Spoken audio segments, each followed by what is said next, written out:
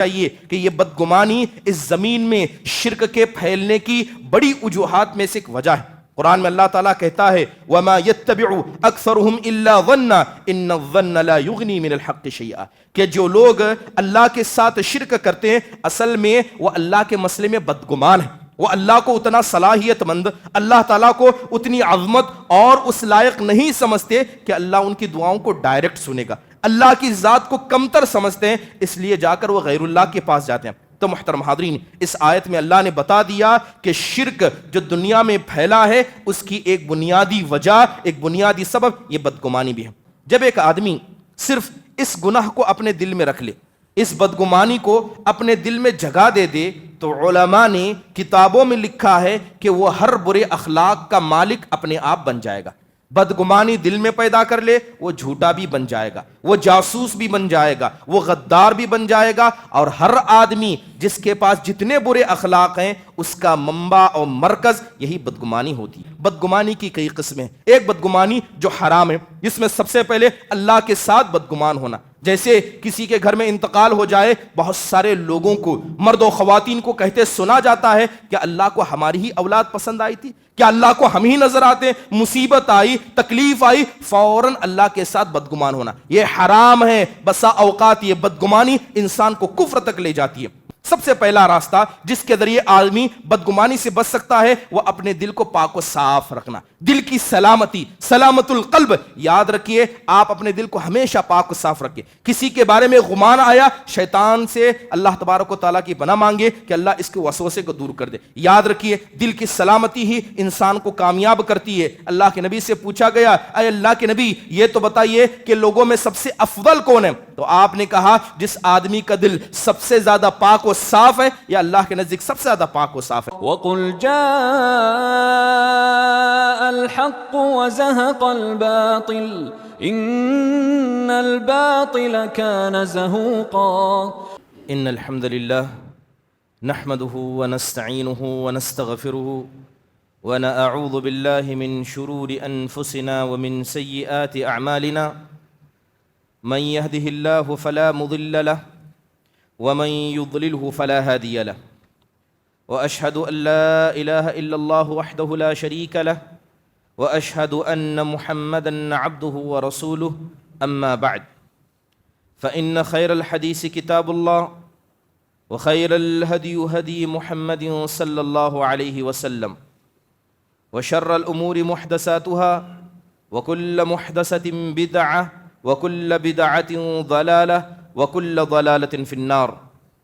فأعوذ بالله من الشيطان الرجيم، بسم الله الرحمن الرحيم، يا أيها الذين آمنوا اتقوا الله حق تقاته ولا تموتن إلا وأنتم مسلمون، يا أيها الناس اتقوا ربكم الذي خلقكم من نفس واحدة وخلق منها زوجها وبث منهما رجالا كثيرا ونساء واتقوا الله الذي تساءلون به والأرحام إن الله كان عليكم رقيبا، يا أيها الذين آمنوا اتقوا الله وقولوا قولا سديدا يصلح لكم أعمالكم ويغفر لكم ذنوبكم ومن يطع الله ورسوله فقد فاز فوزا عظيما۔ وقال الله سبحانه وتعالى يا أيها الذين آمنوا اجتنبوا كثيرا من الظن إن بعض الظن اسم ولا تجسسوا۔ تمام قسم کی حمد و ثنا، بڑائی، کبریائی، تعریف و توصیف اس اللہ وحدہ لا شریک کے لیے لائق و زیبا ہے جس نے ساری کائنات کو عدم سے وجود بخشا۔ درود نازل ہو تمام انبیاء علیہم الصلاۃ والسلام پر جنہیں اللہ سبحانہ و تعالیٰ نے اپنی اپنی قوموں تک ہادی اور رہبر بنا کر بھیجا، خصوصاً ہمارے اور آپ کے آخر نبی جناب محمد الرسول اللہ صلی اللہ علیہ وسلم کے ذات گرامی پر، جنہیں اللہ سبحانہ و تعالیٰ نے ایک ایسی شریعت سے نوازا جو شریعت رات کی تاریکی میں بھی دن کی طرح واضح اور روشن ہے۔ محترم حاضرین و حاضرات، خطبہ مسنونہ کے بعد میں نے آیت کریمہ پڑھی۔ اللہ سبحانہ و تعالیٰ ارشاد فرماتے ہیں کہ ایمان والوں تم زیادہ تر بدگمانیوں سے بچا کرو۔ اس لیے کہ بعض بدگمانیاں یہ گناہ ہوتی ہیں۔ پھر اللہ نے کہا کہ تم جاسوسی نہ کرو، غیبت کا معاملہ نہ کرو۔ محترم حاضرین، یہ بات ہم سب جانتے ہیں کہ کوئی بھی معاشرہ نہ اچانک درست ہوتا ہے نہ اچانک خراب ہوتا ہے۔ ہر معاشرے کے اچھے ہونے میں کچھ اسباب مددگار ہوتے ہیں۔ اسی طرح کسی معاشرے میں فساد آ جائے، اختلاف آ جائے، مل کر بھی دلوں میں درار آ جائے، اس کے پیچھے بھی بہت سارے اسباب ہوتے ہیں۔ اللہ کا فضل و احسان ہے کہ اللہ تبارک و تعالیٰ نے اس امت مسلمہ کو بے سہارا نہیں چھوڑا۔ ہر وہ چیز ہمیں بتا دی جس سے ہم اپنے آپ کو مضبوط کر سکتے ہیں، اپنے معاشرے کو ایک جسم، ایک جان کی طرح بنا سکتے ہیں۔ محترم حاضرین، یاد رکھیے کہ معاشرے کی نیب عقیدے پر ہوتی ہے، لیکن معاشرہ پروان اخلاق کی وجہ سے چڑھتا ہے۔ محبتیں اچھے اخلاق سے پیدا ہوتی ہیں۔ ایک دوسرے پر جب انسان رحم کرتا ہے تو وہ خود رحم کیے جانے کے قابل بنتا ہے۔ آپ اپنے دل میں لوگوں کے لیے اچھائی رکھیں گے، اللہ لوگوں کو مجبور کرے گا کہ لوگ آپ کے بارے میں بھی اچھا سوچیں گے۔ ہر چیز کسی نہ کسی سبب سے جڑی ہے۔ یاد رکھیے کہ جب بھی کسی معاشرے میں فساد برپا ہوتا ہے تو اس کی بنیادی وجہ اخلاق کی گراوٹ ہوتی ہے۔ اخلاق کی گراوٹ میں برے اخلاق کا ایک ایسا حصہ ہے جو کسی بھی معاشرے کو، کسی بھی سوسائٹی کو برباد کرنے کے لیے کافی ہے، اگرچہ ان کے عقیدے کتنے مضبوط ہی کیوں نہ ہو۔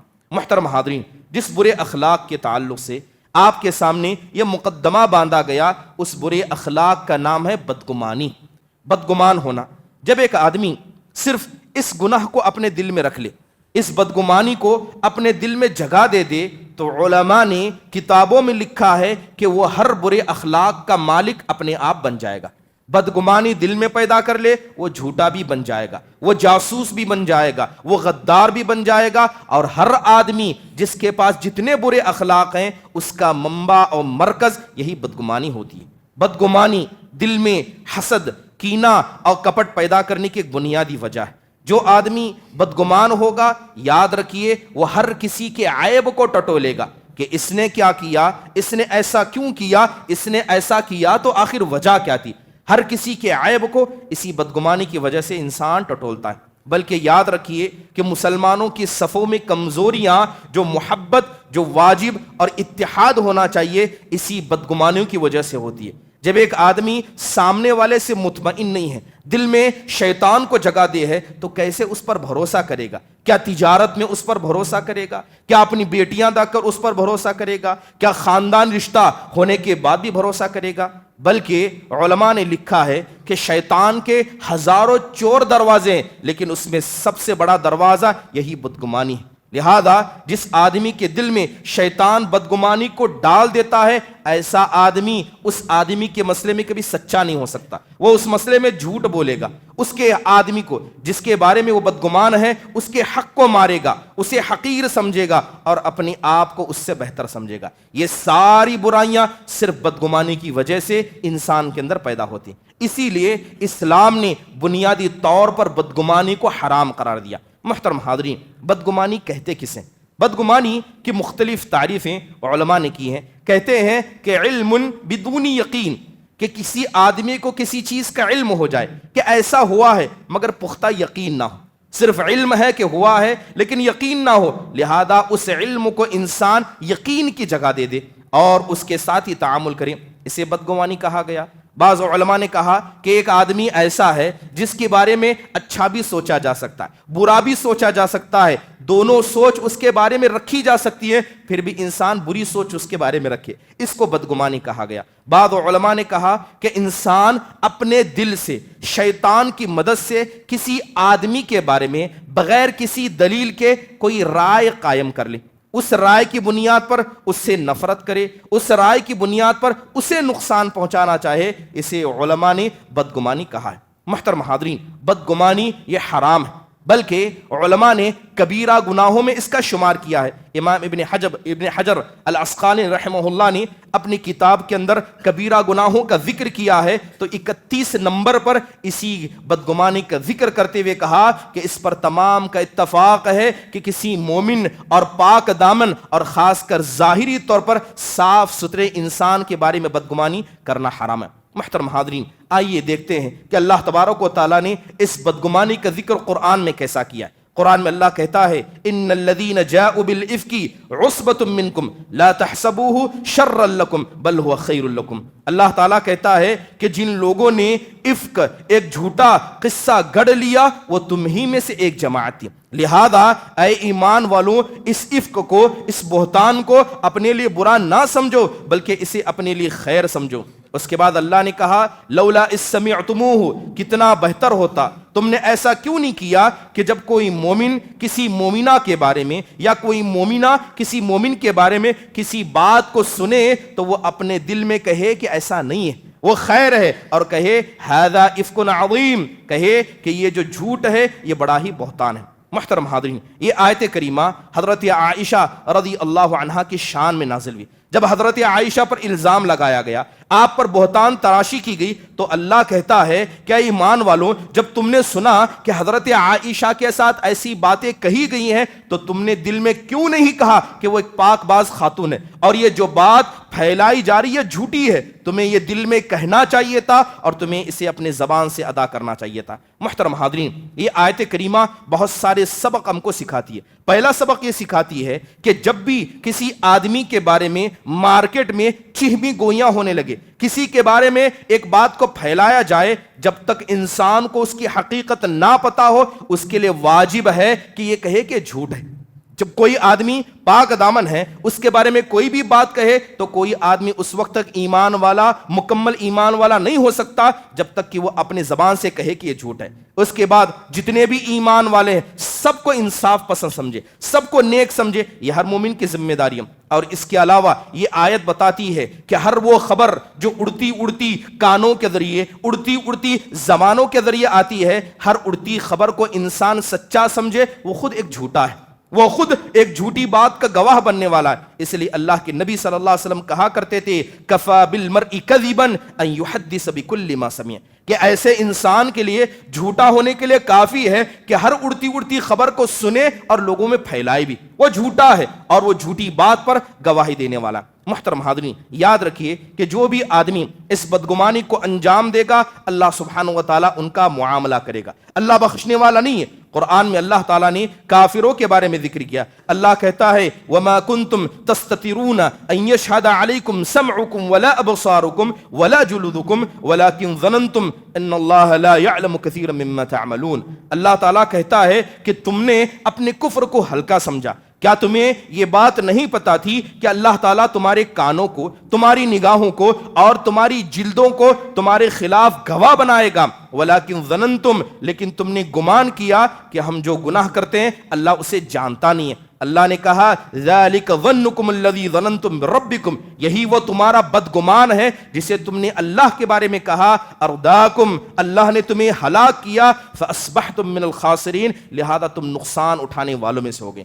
اللہ تعالیٰ نے اس میں ان کافروں کا ذکر کیا جنہوں نے اللہ کے مسئلے میں بدگمانی کو پالا کہ اللہ نہیں سن رہا ہے، جو گناہ کر رہے ہیں اللہ نہیں دیکھ رہا ہے، نہ اللہ قیامت کے دن ہمارا حساب لے گا۔ محترم حاضرین، آپ کو پتا ہونا چاہیے کہ یہ بدگمانی اس زمین میں شرک کے پھیلنے کی بڑی وجوہات میں سے ایک وجہ ہے۔ قرآن میں اللہ تعالیٰ کہتا ہے وَمَا يَتَّبِعُ أَكْثَرُهُمْ إِلَّا ظَنًّا إِنَّ الظَّنَّ لَا يُغْنِي مِنَ الْحَقِّ شَيْئًا، کہ جو لوگ اللہ کے ساتھ شرک کرتے ہیں اصل میں وہ اللہ کے مسئلے میں بدگمان ہیں، وہ اللہ کو اتنا صلاحیت مند، اللہ تعالیٰ کو اتنی عظمت اور اس لائق نہیں سمجھتے کہ اللہ ان کی دعاؤں کو ڈائریکٹ سنے گا، اللہ کی ذات کو کمتر سمجھتے ہیں، اس لیے جا کر وہ غیر اللہ کے پاس جاتے ہیں۔ تو محترم حاضرین، اس آیت میں اللہ نے بتا دیا کہ شرک جو دنیا میں پھیلا ہے اس کی ایک بنیادی وجہ، ایک بنیادی سبب یہ بدگمانی بھی ہے۔ محترم حاضرین، احادیث رسول کے حوالے سے بیان کریں، اللہ کے نبی صلی اللہ علیہ وسلم نے حدیث کے اندر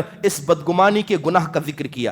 صحیح بخاری شریف کے اندر آتا ہے، حضرت ابو ہریرہ کہتے ہیں اللہ کے نبی نے کہا ایاکم والظن فإن الظن اکذب الحدیث، آپ نے کہا کہ اے مسلمانوں، اے ایمان والو، تم بدگمانی سے بچنا، اس لیے کہ بدگمانی سے بڑھ کر کوئی جھوٹی بات نہیں ہے۔ سامنے سے انسان صاف ستھرا نظر آتا ہے، سامنے سے اخلاق مند نظر آتا ہے، لیکن کان کی رشوت کوئی آپ کو دے دیتا ہے، آپ سمجھتے ہیں یہ تو چور ہے، آپ سمجھتے ہیں یہ تو زانی ہے، یہ تو ایسا ہے ویسا ہے، ظاہر میں اچھا، مگر آپ نے اسے دل میں برا جانا، تو جو موجود ہے اس کے خلاف آپ نے اس کے بارے میں سوچا، یہ جھوٹ نہیں تو کیا ہے؟ بلکہ اللہ کے نبی نے کہا کہ بے شک ایسی بدگمانی جھوٹ ہوتی ہے۔ محترم حاضرین، جب انسان اپنے دل میں بدگمانی کو پیدا کر لیتا ہے، یاد رکھیے یہ بدگمانی اسے شرک تک لے جا سکتی ہے۔ یہ بات ہمیں پتا ہونی چاہیے کہ شیطان کا راستہ بدگمانی کا ہے۔ شیطان کیا کرتا ہے؟ سب سے پہلے آ کر اپنے قریبی لوگوں کے بارے میں بدگمانی ڈالتا ہے۔ جب انسان اسے قبول کر لیتا ہے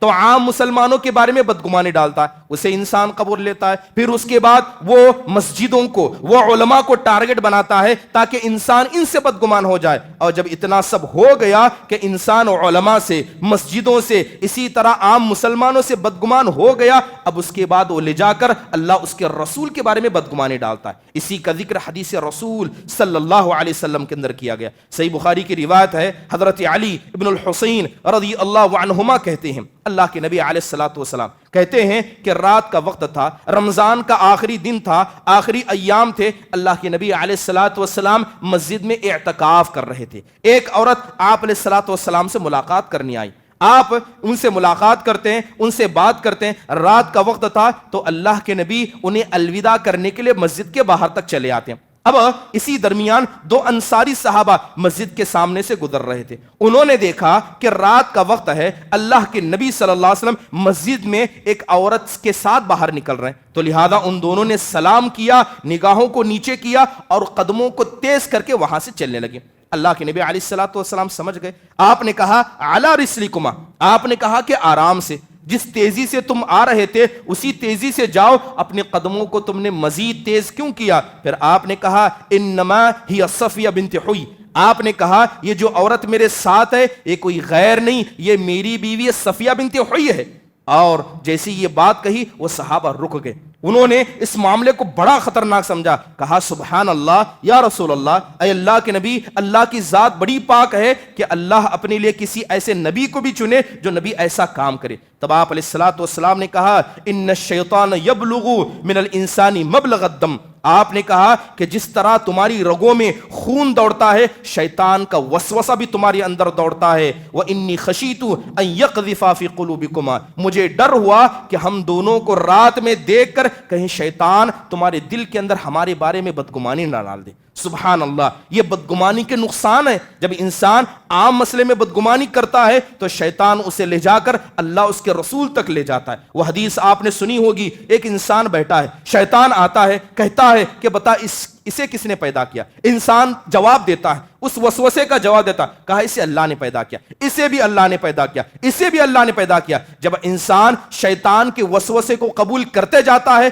تو شیطان کہتا ہے بتا تیرے رب کو کس نے پیدا کیا۔ محترم حاضرین، یہ بدگمانی انسان کو شرک تک پہنچا سکتی ہے۔ اب اس حدیث سے بہت ساری باتیں سمجھ میں آتی ہیں۔ پہلی بات یہ ہے کہ اللہ کے نبی صلی اللہ علیہ وسلم کا دل کتنا پاک و صاف تھا کہ آپ نے اپنے سے زیادہ ان دو صحابی، ان انصاری صحابہ کے دل کو پاک کرنا چاہا۔ آپ نے آگے بڑھ کر، آپ کا محسوس ہوا کہ آپ کے بارے میں بدگمان ہو سکتے ہیں تو آپ نے آگے بڑھ کر کہا کہ یہ دیکھو کوئی غیر نہیں، یہ میری بیوی ہے۔ اللہ کے نبی نے ان دونوں صحابہ کو کفر کے راستے سے بچایا، کیونکہ اگر کوئی آدمی جناب محمد الرسول اللہ صلی اللہ علیہ وسلم کی شخصیت پر بدگمانی کرے، آپ کے کسی فیصلے کو سچ نہ سمجھے، تو ایسا آدمی فوراً کافر ہو جاتا ہے۔ ایک بات ہمیں یہ بھی پتہ چلتی ہے کہ اگر کوئی آدمی کسی آدمی کے بارے میں بدگمان ہو رہا ہے تو جس کے بارے میں بدگمانی کی جا رہی ہے یہ اس کی ذمہ داری ہے کہ وہ اپنے کردار کو صاف کرے، اپنی تجارت کو صاف رکھے، اپنے گھریلو معاملات کو صاف رکھے، اپنے لین دین کو، اپنے اٹھنے بیٹھنے کو، اپنے ساتھیوں کو، اپنے تعلقات کو لوگوں کے سامنے صاف رکھے۔ آج ماحول ایسا ہے، لوگ کہتے ہیں یہ ہمارا پرسنل مسئلہ ہے، یہ ہمارا گھریلو مسئلہ ہے، یہ ہماری جماعت کا مسئلہ ہے۔ یاد رکھیے جو بھی ایمان والا ہے اس کا کوئی مسئلہ پرسنل نہیں، سارے مسلمانوں کے مسئلے ایک جیسے ہیں، کیونکہ اللہ کے نبی نے کیا کہا؟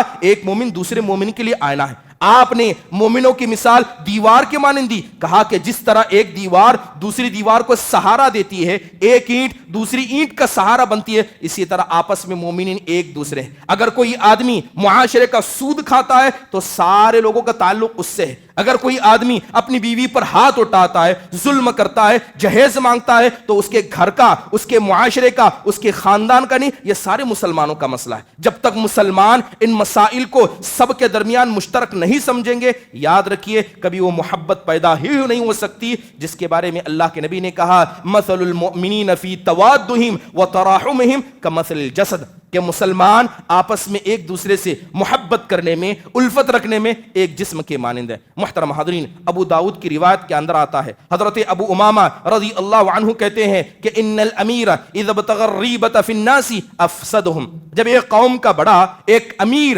اپنے ماتحت لوگوں کے مسئلے میں اگر بدگمان ہو جائے تو سوائے ایسا امیر فساد کے علاوہ کچھ نہیں بچاتا۔ یہاں بات کی جا رہی ہے اس اسلامی حکومت کے امیر کی جو سب کا بڑا ہے، سب کا سردار ہے، تو ظاہری بات ہے کہ جو بڑا ہے اسے حکم دیا جا رہا ہے کہ جتنے ماتحت ہیں تمہارے انڈر میں ہیں، سب کے مسئلے میں اپنے دل کو پاک رکھو۔ اگر بڑا ہی برا بن جائے تو سارے معاشرے کے لیے اس سے برا اور کوئی نہیں ہو سکتا۔ اللہ کے نبی اس حدیث میں نصیحت کرتے ہیں کہ انسان کو تغافل سے کام لینا چاہیے، انسان کو لوگوں کے عیبوں کو تلاش نہیں کرنا چاہیے، کیونکہ دنیا کا کوئی ایسا انسان نہیں جس کے اندر عیب نہیں۔ جب آپ کسی غیر کے عیب کو تلاش کریں گے تو سامنے والا پلٹ کر آپ کے عیب کو تلاش کرے گا۔ محترم حاضرین، یہ بدگمانی اتنا بڑا گناہ ہے کہ سلف صالحین نے بے شمار باتیں اس کے بارے میں کہی ہیں۔ سنن الصالحین بڑی معروف کتاب ہے، اس میں امام مالک رحمہ اللہ کے حوالے سے ایک قول آتا ہے، انہوں نے ایک حدیث نقل کی حضرت عبداللہ بن عمر رضی اللہ عنہ کے حوالے سے، کہتے ہیں کہ حضرت عبداللہ بن عمر رضی اللہ عنہ نے اپنا گھر بیچا۔ اب جو گھر انہوں نے 2 لوگوں کو بیچا تھا، اب وہ بیٹھ کر حد بندی کر رہے تھے، کہا کہ دیکھو میرا گھر یہاں سے یہاں ہے، یہ سامان تم لے سکتے ہو، یہ سامان تم لے سکتے ہو۔ اب جب بیٹھے تھے بات چیت شروع ہوئی تھی تو سورج کچھ نزدیک تھا، لیکن جیسے ہی سورج زائل ہونے لگا تو وہ حضرت ابن عمر جو سائے میں بیٹھے تھے، دھیرے دھیرے سورج جانے کی وجہ سے وہ سورج میں آ گئے، وہ روشنی میں بیٹھنے لگے، وہ دھوپ میں بیٹھنے لگے۔ تو ان دونوں انصاری صحابہ نے کہا کہ آپ ایک دم گھر کے سامنے بیٹھ کر ہم سب کو بتا رہے ہیں آپ سائے میں بیٹھ جائیے، ہم اپنے حق سے زیادہ کچھ نہیں لیں گے، آپ نے جتنا بتایا اتنا ہی لیں گے، آپ گھر میں، گھر کے سامنے دھوپ میں مت بیٹھیے، سائے میں بیٹھ جائیے۔ تو حضرت عبداللہ بن عمر کہتے ہیں خدا کی قسم میں سائے میں بیٹھوں یہ مجھے زیادہ پسند ہے کہ میں کہیں دور جا کے بیٹھوں اور شیطان میرے دل میں لا کر وسوسہ ڈال دے کہیں یہ دونوں آپ کا حق تو نہیں مان رہے۔ کہا کہ دھوپ میں بیٹھوں یہ زیادہ بہتر ہے شیطان کے وسوسے کو قبول کر کر تمہارے مسئلے میں بدگمان ہونے سے۔ محترم حاضرین، آپ دیکھیں کہ سلف صالحین یہ دل کے مسئلے میں کتنے پاک و صاف تھے، یہ شیطان کو موقع تک نہیں دیتے تھے کہ شیطان ان کے دل میں کوئی بات آ کر ڈال دے۔ ابن المقدسی رحمہ اللہ سے پوچھا گیا کہ بتائیں اگر کسی کے دل میں برا وسوسہ آئے تو کیا کرنا چاہیے؟ کہتے ہیں کہ جس انسان کے بارے میں شیطان تمہارے دل میں بدگمانی لا کر ڈال دے، جاؤ اسے سلام کرو، اس سے بات کرو، اس کے لیے دعائیں مانگو، اسے ہدیہ دو۔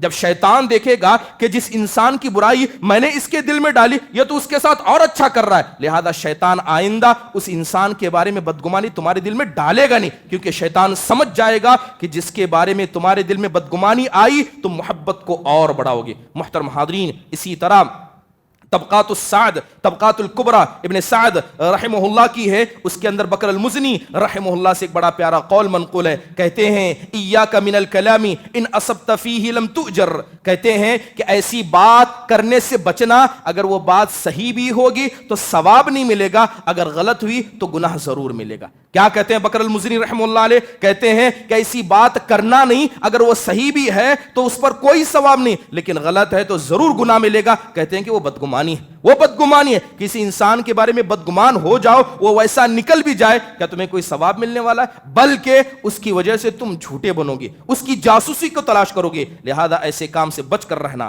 روضۃ العقلاء کے اندر ابو حاتم بن حبان رحمہ اللہ سے مروی ہے، کہتے ہیں کہ العاقل یحسن الظن باخوانہ وینفرد بغمومہ، کہتے ہیں کہ عقل مند انسان میں اسے سمجھتا ہوں کہ وہ سارے لوگوں کے ساتھ اچھا گمان کرتا ہے، اور جو اس کے دل میں غم ہے اب اس پر فوکس کرتا ہے اور کہتے ہیں کہ میں جاہل اسے سمجھتا ہوں جو لوگوں کے مسئلے میں بدگمان ہو جاتا ہے، اپنی غلطیوں کو چھوڑ کر لوگوں کی غلطیوں کے پیچھے پڑ جاتا ہے۔ کہتے ہیں کہ یہ عقل مند انسان اور اسی طرح جاہل انسان کی بنیادی علامت ہے۔ احیاء علوم الدین کے اندر امام غزالی رحمہ اللہ سے قول منوی ہے، وہ کہتے ہیں سوء الظن غیبت القلب، کہتے ہیں کہ بدگمانی یہ دل کی غیبت ہے، جس طرح زبان کی غیبت کسی کی برائی بیان کرنا ہے، لہذا دل کی غیبت کیا ہے؟ یہ بدگمانی ہے۔ عمدۃ القاری للعینی کے اندر امام خطابی کا قول نقل ہوا، وہ کہتے ہیں کہ الظن منشأ اکثر الکذب، کہتے ہیں کہ میں نے جتنے بھی لوگوں کو جھوٹ بولتے دیکھا سب کی بنیادی وجہ بدگمانی تھی، کیونکہ انسان جب بدگمان ہوگا تو اکثر جھوٹ بولے گا۔ محترم حاضرین، اس لیے انسان کو چاہیے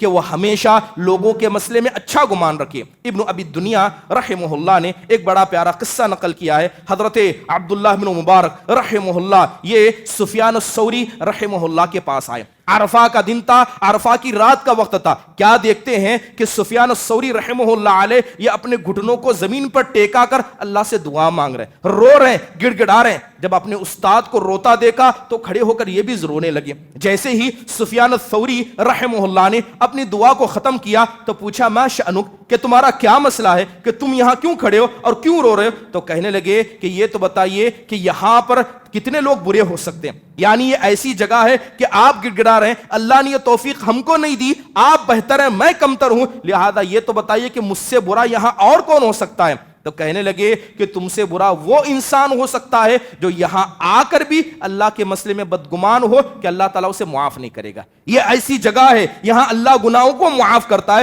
درجات کو بلند کرتا ہے، یہاں آ کر بھی اگر کوئی اللہ کے بارے میں یہ سوچے کہ اللہ مجھے معاف نہیں کرے گا وہ تم سے برا انسان ہے۔ محترم حاضرین، انسان جب بدگمان ہونے لگ جاتا ہے تو یہ بدگمانی اللہ تک چلی جاتی ہے، اس کے رسول تک چلی جاتی ہے، اسلام تک چلی جاتی ہے۔ محترم حاضرین، بدگمانی کی کئی قسمیں، ایک بدگمانی جو حرام ہے، جس میں سب سے پہلے اللہ کے ساتھ بدگمان ہونا۔ جیسے کسی کے گھر میں انتقال ہو جائے، بہت سارے لوگوں کو، مرد و خواتین کو کہتے سنا جاتا ہے کہ اللہ کو ہماری ہی اولاد پسند آئی تھی، کیا اللہ کو ہم ہی نظر آتے؟ مصیبت آئی، تکلیف آئی، فوراً اللہ کے ساتھ بدگمان ہونا یہ حرام ہے۔ بسا اوقات یہ بدگمانی انسان کو کفر تک لے جاتی ہے۔ محترمہ حاضرین، نبی کریم صلی اللہ علیہ وسلم کی ذات کے مسئلے میں بدگمان ہونا۔ آپ علیہ الصلوۃ والسلام نے 11 شادیاں کی، آپ علیہ الصلوۃ والسلام نے ایسا کیوں کیا، آپ نے ایسا کیوں کیا، آپ کی حدیث مجھے صحیح نظر نہیں آتی۔ یاد رکھیں جناب محمد الرسول اللہ صلی اللہ علیہ وسلم کے مسئلے میں ادنا بدگمانی انسان کو کفر تک پہنچا سکتی ہے۔ اس کے علاوہ وہ بدگمانی جو آدمی کسی ایمان والے کے بارے میں رکھتا ہے، ظاہر پاک ہے، سب پاک ہے، نہ اس کے بارے میں کوئی شک ہے نہ شبہ ہے، انسان اس سے بدگمان ہو جائے یہ جائز نہیں، یہ حرام ہے۔ دوسری بدگمانی جسے بعض علماء نے جائز قرار دیا، ایک ایسا آدمی جو کھلم کھلا گناہ کرتا ہے، بیڑی پیتا ہے، سگریٹ پیتا ہے، سود کا کاروبار کرتا ہے، زنا کرتا ہے اور لوگوں نے اسے دیکھا ہے، علل اعلان کرتا ہے، تو علماء کہتے ہیں کہ ایسے آدمی کے بارے میں آپ بدگمان ہو سکتے ہیں 2 کنڈیشن کی بنیاد پر۔ پہلی شرط یہ ہے کہ جب اسے آپ نے کھلم کھلا گناہ کرتے دیکھا تو آپ بدگمان ہوں گے کہ برا انسان ہے، لیکن اس کا اثر آپ کی زبان پر نہیں پڑنا چاہیے۔ آپ اس کی برائی لوگوں میں کرتے جائیں، اس کے حوالے سے نیوز پیپر بانٹتے جائیں، جائز نہیں ہے۔ اور دوسرا، اس گناہ کی وجہ سے آپ اسے سزا نہ دیں۔ لوگ ہوتا یہ ہے کہ گناہوں کی سزا دینے والا اللہ ہے، چوری کس نے کی سارے لوگ مل کر اس کو سزا دینے لگتے ہیں، اسے ایسا سمجھتے ہیں جیسے وہ مسلمان ہی نہیں رہا، اس سے بات چیت کرنے کے لائق نہ رہا۔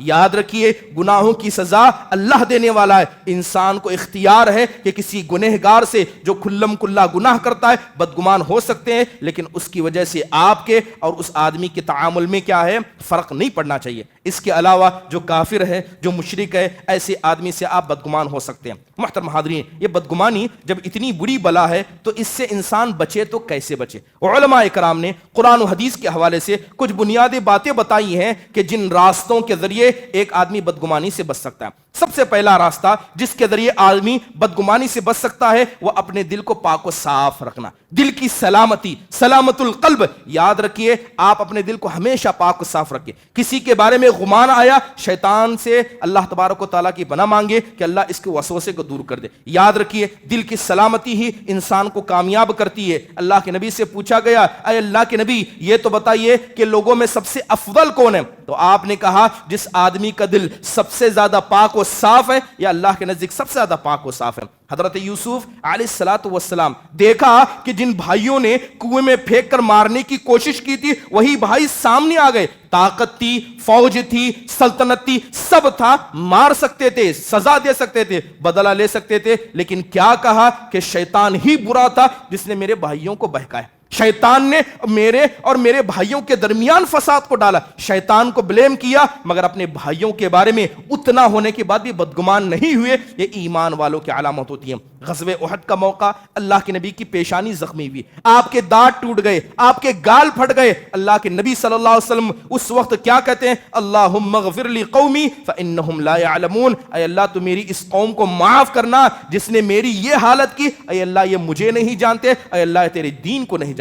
محترم حاضرین, ایسی دل کی سلامتی ضروری ہے. دوسری اہم بات, انسان کوئی ایسا کام کرے ہی نہ جس کی وجہ سے لوگ آپ کے بارے میں بدگمان ہو. اپنے کردار کو پاک رکھیے. ہر وہ کام جس سے لوگ بدگمان ہو سکتے ہیں اس سے بچیے. قرآن میں اللہ تعالیٰ کہتا ہے یا ایھا الذین آمنوا اذا تناجیتم فلا تتناجوا بالاثم والعدوان. اللہ کہتا ہے کہ ایمان والو جب بات کرنے لگ جو, گفتگو کرنے لگو تو آپس میں اسم اور عدوان کی باتیں نہ کرو. آداب, بات کرنے کی آداب. مثال کے طور پر آپ نے کہا کہ اگر 3 کھڑے ہوں تو 2 الگ جا کر بات نہ کریں, ورنہ تیسرا کیا کرے گا؟ بدگمانی پیدا کرے گا. بات کر رہے ہیں کسی کی طرف نہ دیکھیں, اشارہ نہ کریں, ورنہ وہ آدمی بدگمان ہوگا. لوگ ایسی حرکتیں کرتے ہیں اور لوگ کہتے ہیں کہ لوگ ہمارے بارے میں برا سوچتے ہیں. کوئی بھی آدمی جو ایمان والا ہوگا جب تک اسے اشارہ نہ ملے بدگمان نہیں ہوتا. محترم حاضرین, اس طرح کے بے شمار قصے آپ کو ملیں گے. اللہ کے نبی علیہ الصلوۃ والسلام صحابہ کی مجلس میں موجود ہیں. جنگ کا موقع تھا, آپ علیہ الصلوۃ والسلام جنگ کے نکلے ہیں. آپ نماز کو کھڑی کرتے ہیں, سارے لوگ کھڑے ہوتے ہیں.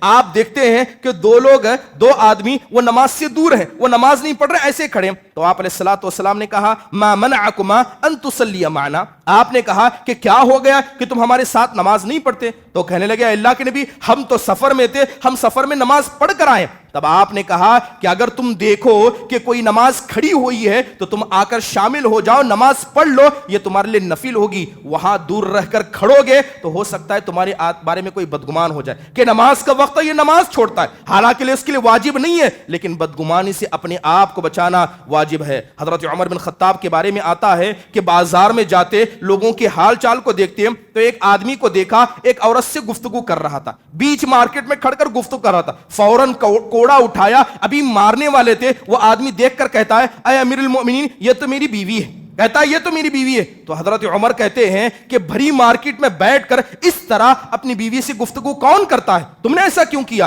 تم نے لوگوں کے دل میں وسوسہ ڈالنے کا کام کیا. تو کہتا ہے اے امیر المؤمنین میں تو شہر میں نیا آیا ہوں, ابھی ہم اترے, ہم گفتگو کر رہے تھے کہ ہم کو کہاں رکنا چاہیے. حضرت عمر نے ڈانٹا. محترم حاضرین, بھری مارکیٹ ہے, آپ کی بیوی ہے, آپ کی بیٹی ہے, یہ آپ جانتے ہیں, ہر انسان نہیں جانتا. لہذا ہر وہ جگہ جہاں آپ پر شک ہو سکتا ہے, لوگ آپ پر انگلی اٹھا سکتے ہیں, یہ انسان کی بنیادی ذمہ داری ہے کہ وہ اپنی عزت کو پاک و صاف رکھیں. محترم حاضرین, اس کے علاوہ انسان کیا کرے؟ اگر بدگمانی سے اپنے آپ کو بچانا چاہتا ہے تو خود لوگوں کے بارے میں اچھا گمان کرے. ایسا ہو نہیں سکتا کہ آپ نیک ہو اور اللہ تعالیٰ آپ کی برائی کو لوگوں کے سامنے ڈالے. آپ لوگوں کی پردہ پوشی کیجئے, اللہ آپ کی پردہ پوشی کرے گا. محبت کو بڑھائیے, اور اگر کوئی خبر پہنچتی ہے جب تک اس کی حقیقت نہ پتا ہو اس کے بارے میں کوئی اختیار نہ کیجئے, اور خاص کر اچھے ساتھیوں کا اختیار کیجئے, اچھے دوستوں کا اختیار کیجئے. دنیا پرست, چغل خور, عورتوں کے مزاج رکھنے والے دوست جو ہمیشہ غیبت میں لوگوں کے پیچھے پڑے ہوتے ہیں, ایسے دوستوں کو دیکھ کر ایک انسان بھی برا بن جاتا ہے. یہ ساری بنیادی چیزیں ہیں جس سے انسان اپنے آپ کو بدگمانی سے بچا سکتا ہے. مان لیجئے لا قدر اللہ نے کسی کو بدگمانی میں مبتلا کر دیا, اس کے دل میں بدگمانیاں ہیں, تو کیسے ان بدگمانیوں کو دور کر سکتا ہے؟ سب سے پہلے اس بات کو دل میں پیدا کرے. اگر بدگمان ہے, بچنا چاہتا ہے, علاج چاہتا ہے, تو سب سے پہلے دل کے اندر اس احساس کو پیدا کرے کہ یہ بدگمانی حرام ہے. اللہ تعالیٰ نے اسے, اس کے رسول نے اسے حرام قرار دیا. جب انسان حرام سمجھے گا اور گناہ کی خطرناکی کو سمجھے گا, اللہ تعالیٰ اسے ضرور توفیق دے گا. اللہ کے نبی گناہوں سے کتنا ڈرا کرتے. آپ کہتے ہیں کہ میں گھر میں آتا ہوں, آپ صلی اللہ علیہ وسلم کہتے ہیں میں گھر میں آتا ہوں, اپنے بستر پر ایک کھجور کو پڑا دیکھتا ہوں, اٹھاتا ہوں, منہ کے قریب لے جاتا ہوں. اللہ کے نبی کہتے ہیں مجھے ڈر لگتا ہے کہیں یہ صدقے کا تو نہیں ہے, لہذا اسی گناہ کے ڈر سے آپ اس کو چھوڑ دیتے ہیں, آپ کھاتے بھی نہیں ہیں. اگر کوئی آدمی اسی طرح بدگمانی کے گناہ کے بارے میں یہ سوچے کہ یہ گناہ اتنا بڑا ہے کہ اللہ تعالیٰ اس کا محاسبہ کرے گا تو یقیناً انسان اس سے بچ سکتا ہے۔ قرآن میں اللہ تعالیٰ نبی کریم صلی اللہ علیہ وسلم کے بارے میں کہتا ہے قل انی اخاف ان عصیت ربی عذاب یوم عظیم، اے نبی صلی اللہ علیہ وسلم آپ کہہ دیجئے کہ اگر میں گناہ کروں گا تو مجھے اس بات کا ڈر دل میں محسوس ہوتا ہے کہیں اللہ قیامت کے دن مجھے پکڑ نہ لے، تو ہر انسان اس بات کا خوف پیدا کرے۔ دوسری اہم بات، بدگمان آپ ہیں، بچنا چاہتے ہیں تو کوشش کیجئے کہ جس کے بارے میں آپ کے دل میں بدگمانی ہے اس کی اچھی چیزوں کو دیکھیے، اور اگر کوئی آدمی آ کر آپ کے بارے میں یا کسی غیر کے بارے میں بدگمانی ڈالتا ہے تو اس کو اچھے پہلو میں بدلنے کی کوشش کیجئے۔ اس لیے حضرت عمر کہا کرتے تھے لا تظنن بکلمۃ خرجت من اخیک شرا، کہتے ہیں کہ اگر تمہارا بھائی کوئی ایسی بات کہتا ہے جس میں خیر اور شر دونوں کا پہلو ہے تو ہمیشہ خیر کے پہلو کو لو اور شیطان کو ذلیل کرو۔ اگر اس کی بات جس میں اچھی بات بھی ہو سکتی ہے، برا بھی مفہوم لیا جا سکتا ہے، اگر تم برا مفہوم لوگے تو سوائے بدگمانی کی کوئی چیز پیدا نہیں ہوگی۔ اللہ کے نبی علیہ الصلوۃ والسلام بیٹھے ہیں، آپ کے سامنے آ کر بتایا گیا، حضرت اسامہ بن زید آئے، کہنے لگے اللہ کے نبی میں نے اس کو قتل کیا، لا الہ الا اللہ اس نے پڑھ لیا، میں نے اس کو قتل کیا۔ اللہ کے نبی نے کہا اقتلتہ بعد ان قال لا الہ الا اللہ، اے اسامہ تم نے اسے لا الہ الا اللہ کہنے کے بعد مارا؟ تو حضرت اسامہ بن زید کہتے ہیں اے اللہ کے نبی اس نے تو تلوار کے ڈر سے کہا تھا۔ تب آپ نے کہا کہ سینہ پھاڑ کر کیوں نہیں دیکھا؟ اس نے تلوار کے ڈر سے کہا تھا یا اللہ کے ڈر سے کلمہ کہا تھا؟ آپ علیہ الصلوۃ والسلام نصیحت کر رہے ہیں، غلطی کی خطرناکی کو بیان کر رہے ہیں، پھر آپ علیہ الصلوۃ والسلام بدگمان نہیں ہوئے، آپ نے کہا ان کے لیے خیر سوچا، کہا کہ اسامہ اس دن کو یاد کرو جب یہ اللہ کے سامنے لا الہ الا اللہ کو لے کر آئے گا، کیا تم اس کا جواب دو گے؟ محترم حاضرین، اسی طرح انسان ہر بری چیز میں اچھا پہلو تلاش کرنے کی کوشش کرے، وہ انسان ضرور بدگمانی سے بچ سکتا ہے۔ اس کے علاوہ بدگمانی سے بچنا علاج یہ ہے کہ انسان صبر کرے، انسان صبر کرے۔ اصل میں بدگمانی ایک کیا ہے؟ گناہ کی، ایک بغیر گناہ کی۔ جب تک انسان کی بات دل میں ہو، زبان سے نہ ادا کرے، وہ گناہ نہیں ہے، کیونکہ دل کے معاملات کو اللہ نہیں پکڑتا ہے، لیکن دل میں آ گیا، آپ نے زبان سے کہہ دیا، ہاتھ سے اشارہ کیا اور اس کے مطابق عمل کیا تو یہ بدگمانی انسان کی ہلاکت ہوگی۔ آپ علیہ الصلوۃ والسلام کی بیوی پر الزام لگایا گیا، الزام لگایا گیا، مہینے سے زیادہ ہوا، آپ کو نہیں پتا تھا کہ حقیقت کیا ہے، لوگ آپ کی بیوی علیہ الصلوۃ والسلام کے بارے میں باتیں پھیلا رہے ہیں اور اللہ کے نبی خاموش ہے، آپ صبر کر رہے ہیں، آپ تحمل کر رہے ہیں۔ یہی صبر و تحمل انسان جب اپنے بھائیوں کے بارے میں کرے گا، ہو سکتا ہے کہ اللہ تعالیٰ اسے بدگمانی جیسے گناہ سے بچائے۔ اس کے علاوہ اللہ تعالیٰ پر بھروسہ کریں، اللہ کی ذات پر بھروسہ کرے۔ توکل علی اللہ یہ ایک ایسی عظیم عبادت ہے، ایک عبادت کا ایسا حصہ ہے، اس سے انسان بڑے بڑے بدگمانیوں کو دور کر سکتا ہے۔ محترم حاضرین، آخر میں ہی پیغام ہے کہ یاد رکھیے بدگمانی یہ دل کی بیماری ہے، جو آدمی بدگمانی میں مبتلا ہو گیا وہ دل کا بیمار ہے۔ دوسری بات، جب آپ دل میں بدگمانی رکھیں گے